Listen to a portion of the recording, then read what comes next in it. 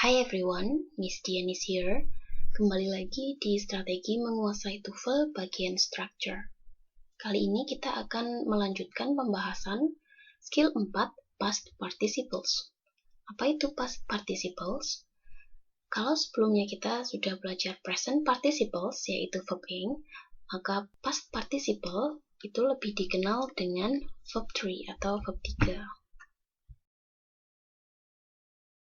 Penggunaan past participles atau verb 3 ini seringkali membingungkan karena bisa berfungsi sebagai bagian dari verb atau adjektif. Yang pertama dulu, sebagai bagian dari verb ketika verb 3 didahului oleh bentuk to be, is, am, are, was, were, atau to have, has, had. Contoh kalimatnya, the mailman has left a letter in the mailbox. Left di sini merupakan bagian dari verb karena didahului oleh bentuk to have. Kemudian yang kalimat berikutnya, thought di sini merupakan bagian dari verb juga karena diawali oleh bentuk to be, were.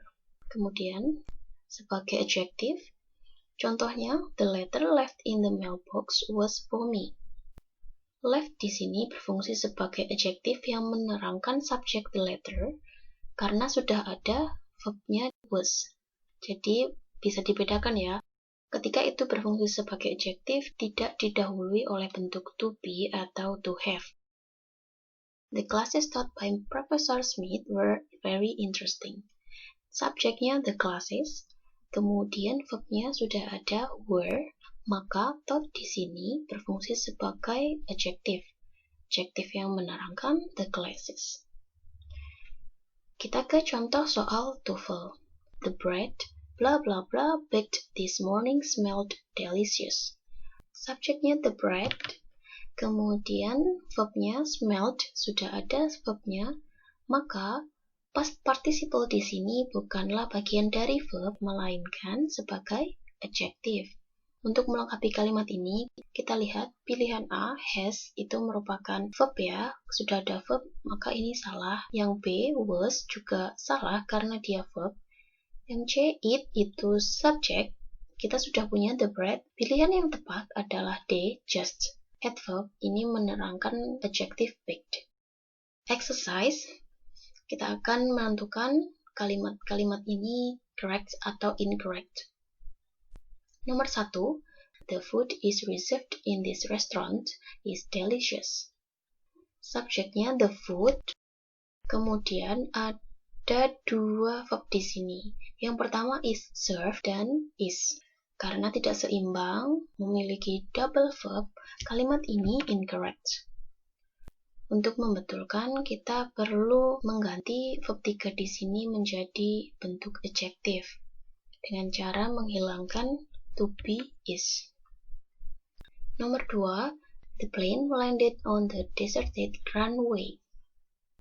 Subjeknya the plane, kemudian landed itu verbnya. Sudah ada satu subjek dan satu verb, kalimat ini correct.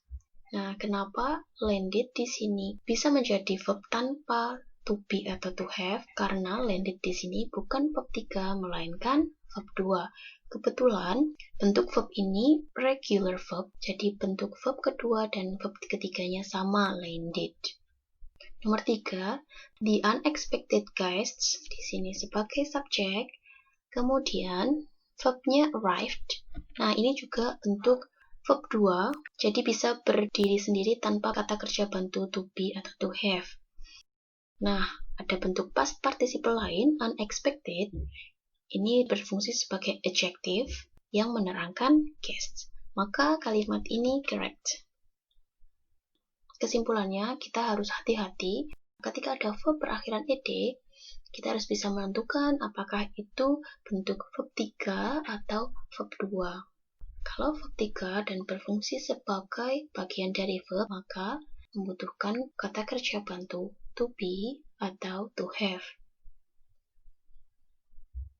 Oke, sekian. Sampai jumpa lagi di skill-skill berikutnya. Semoga bermanfaat. Thank you for watching. See ya!